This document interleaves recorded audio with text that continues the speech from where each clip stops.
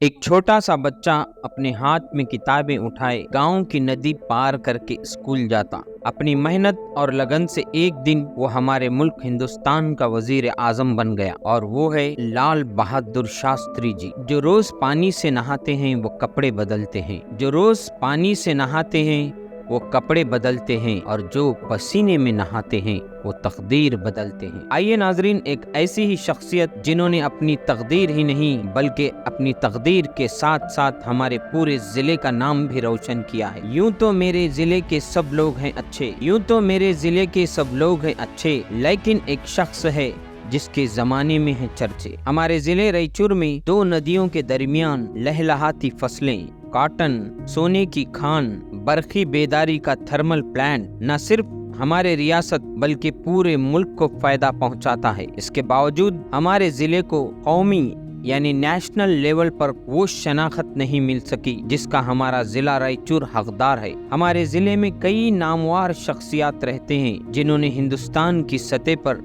हमारे जिले रायचूर का नाम रोशन करने के लिए कड़ी जद्दोजहद की। इन्हीं में एक justice doctor Shivraj V Patil हैं। ये हमारे रायचूर के लिए काबिल फख्र बात है कि रायचूर तालुका देदरुक का मौजा मंदकल जो एक छोटा सा गांव है, उसी मंदकल में 1940 को लिंगायत घराने में पैदा होने वाली शख्सियत justice doctor Shivraj V Patil है, जो मुल्क की सबसे बड़ी अदलिया यानी सुप्रीम कोर्ट में बैठकर फैसले सादिर किए। इनके ऐसे कई मिसाली फैसले हैं जिनको न सिर्फ इज्जत की निगाह से देखा जाता है बल्कि मुख्तलिफ हाई कोर्टों में उकला इन फैसलों का रेफरेंस भी देते हैं। जस्टिस शिवराज पाटिल के फैसले आने वाले जजों के लिए मशले राह भी है, और इन्होंने हर जगह अपने मुंसफ के ओहदे के साथ मुकम्मल इंसाफ भी किया है। उमूमन ये कहा जाता है कि जज और जस्टिस और अवामी जिंदगी से दूर रहते हैं, लेकिन जस्टिस डॉक्टर शिवराज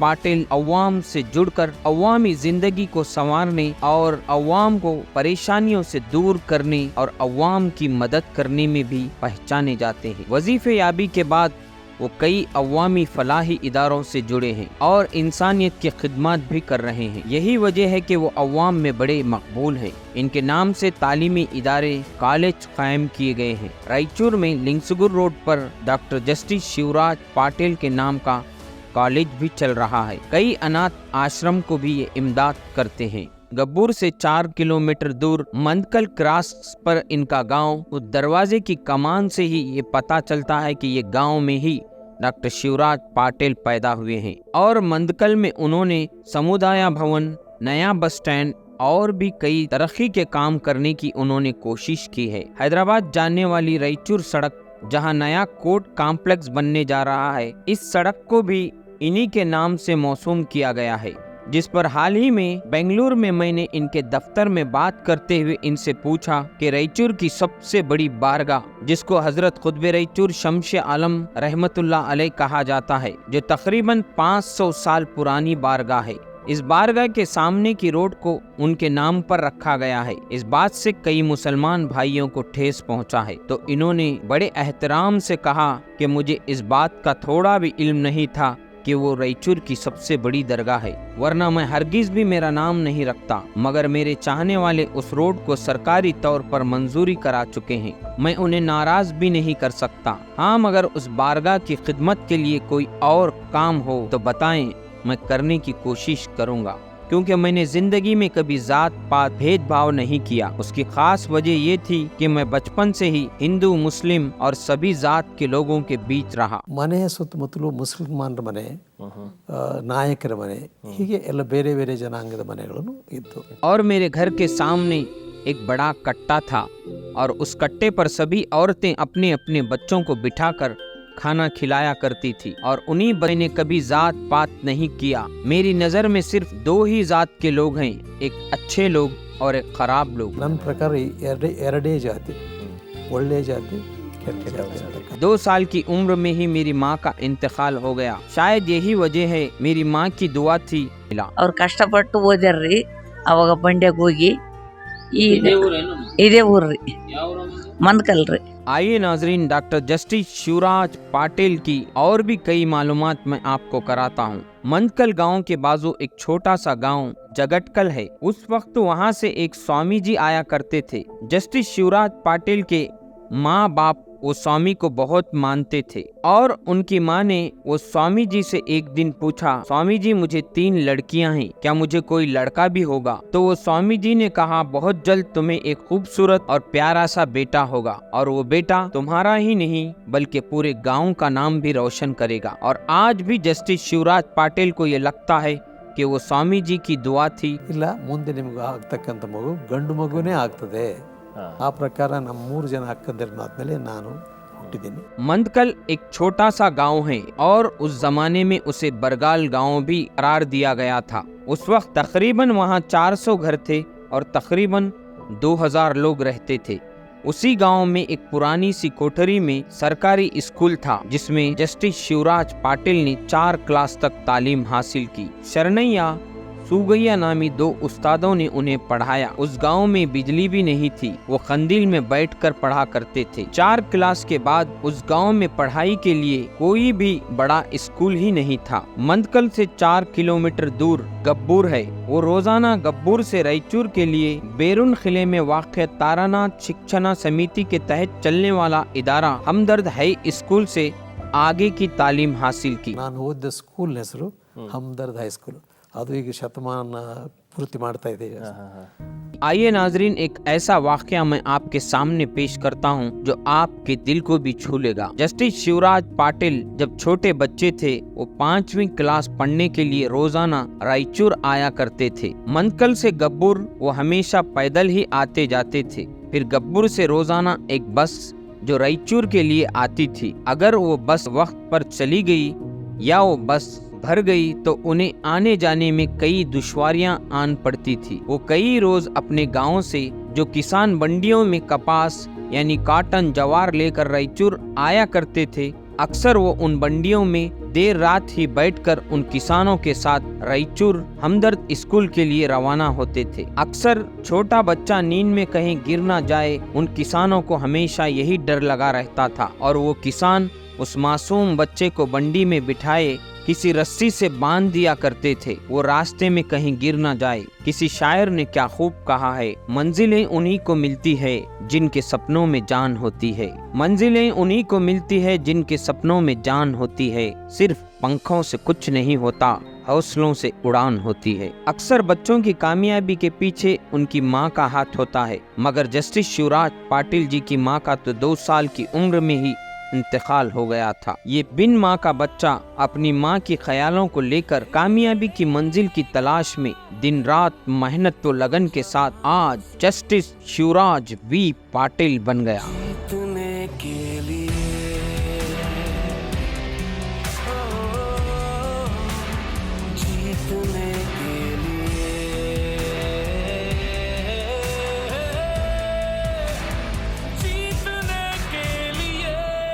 हार जब होती है जब मान लिया जाता है, हार जब होती है जब मान लिया जाता है, जीत तब होती है जब ठान लिया जाता है। इसलिए वो अक्सर अपनी जिंदगी में 3 बातों को ठान रखे हैं, हार्ड वर्क, ऑनेस्टली, ह्यूमिलिटी। वो रायचूर के वीराशैव हॉस्टल में रहा करते थे। उसके बाद वीरप्पन्ना नामी एक शख्स ने उन्हें अपने मकान में रखा। रोजाना वो खानावड़ी से खाना लाते और उस शख्स के मकान में दोनों मिलकर खाया करते थे। उनके पास महीनों तक सिर्फ एक शर्ट था। रोजाना सुबह उठते उस शर्ट को धोया करते, सुबह वही पहनकर आने जाने में वो शर्ट सूख जाता था। वो साइंस के स्टूडेंट थे मगर उस कॉलेज में लाइब्रेरी ही नहीं थी। 1962 में गुलबर्गा के एक कॉलेज में उन्होंने वकालत पढ़नी शुरू की। उसी कॉलेज में वो लेक्चर भी दिया करते थे और उसी तरह वो कई कॉलेजों में खिदमत भी अंजाम दिया करते थे। उन्हें उस वक्त भी वकालत के मौके पर भी लोग किराए का मकान देने भी खासिर थे। एक वकील होने के बावजूद भी लोग उन्हें किराए का मकान भी बड़ी मुश्किल से दिया करते थे। 1979 में BDA और केंद्रीय रेशमी मंडल में भी खिदमत अंजाम देते रहे। 1990 में कर्नाटक के हाई कोर्ट में जज की खिदमत अंजाम दिए। इसी तरह 1994 में मद्रास की हाई कोर्ट में जज के खिदमत अंजाम दिए। उसी मद्रास में 1998 में चीफ जस्टिस के खिदमात भी अंजाम दिए और उसी तरह राजस्थान के हाई कोर्ट में भी चीफ जस्टिस बनकर खिदमात अंजाम देते रहे। आखिरकार हिंदुस्तान की सबसे बड़ी अदलिया यानी सुप्रीम कोर्ट में 15 मार्च 2000 से 2005 तक सुप्रीम कोर्ट में जज की हैसियत से खिदमात अंजाम दिए। नाजरीन, 2G स्कैम में ये पहले वाहिद शख्स हैं जिन्होंने सरकारी तौर पर रिपोर्ट को पेश किया। इससे कबल बाल विवाह आयोग में हाई कोर्ट की जानिब से इन्हें चीफ बनाया गया था। ह्यूमन राइट्स में भी इन्होंने खिदमात अंजाम दिए। इन तमाम जिम्मेदारियों के बावजूद अपनी मादरी जबान कन्नड़ से भी वो बेहद मोहब्बत रखते हैं। कई कन्नड़ साहित्य प्रोग्रामों में इन्होंने सदारत भी की है और मुंबई से देवदुर्ग तक एक पहचान भी बनाई है। इन्हें किताबें लिखने, पोएट्री लिखना और स्वामी बसवेश्वर जी के वचनों को उजागर करने का बड़ा शौक है और आज भी उसी की कोशिशों में लगे हैं। इनकी लिखी कई किताबें हैं। ऐसे कितने लोग हैं दुनिया में जिनको शोहरत कलम से मिली है, ऐसे कितने लोग हैं दुनिया में जिनको शोहरत कलम से मिली है। इनकी किताब पर इनके वालिद की तो फोटो है मगर माँ की जगह एक बॉक्स बना है जो खाली है। इनकी आज भी यही ख्वाहिश है कि काश मेरी माँ की कोई फोटो होती, मैं कम से कम मेरी माँ का। ಅನೇಕ ಸಾರಿ ನನಗೆ ಮನಸ್ಸಿನಲ್ಲಿ ಏನು ನೋವಾಗ್ತಂದ್ರೆ ನಮ್ಮ ತಾಯಿ ಹೇಗಿದ್ರು, ಅವ್ರ ಮುಖ ಹೇಗಿತ್ತು ಅನ್ನೋದು ಕೂಡ ನನಗೆ ಜ್ಞಾಪಕ ಇಲ್ಲ।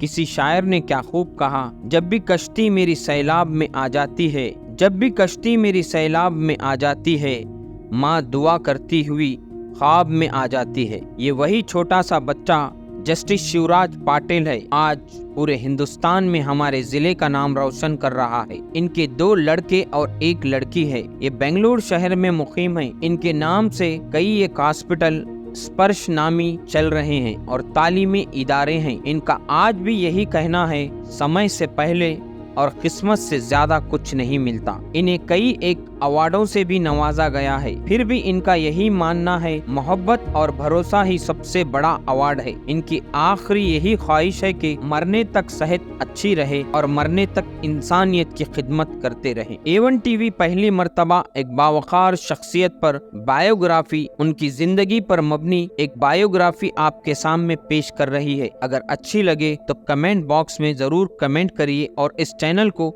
ज्यादा से ज्यादा सब्सक्राइब कीजिए। परिंदों को नहीं दी जाती तालीम उड़ानों की, परिंदों को नहीं दी जाती तालीम उड़ानों की, ये खुद जान जाते हैं बुलंदी आसमानों की।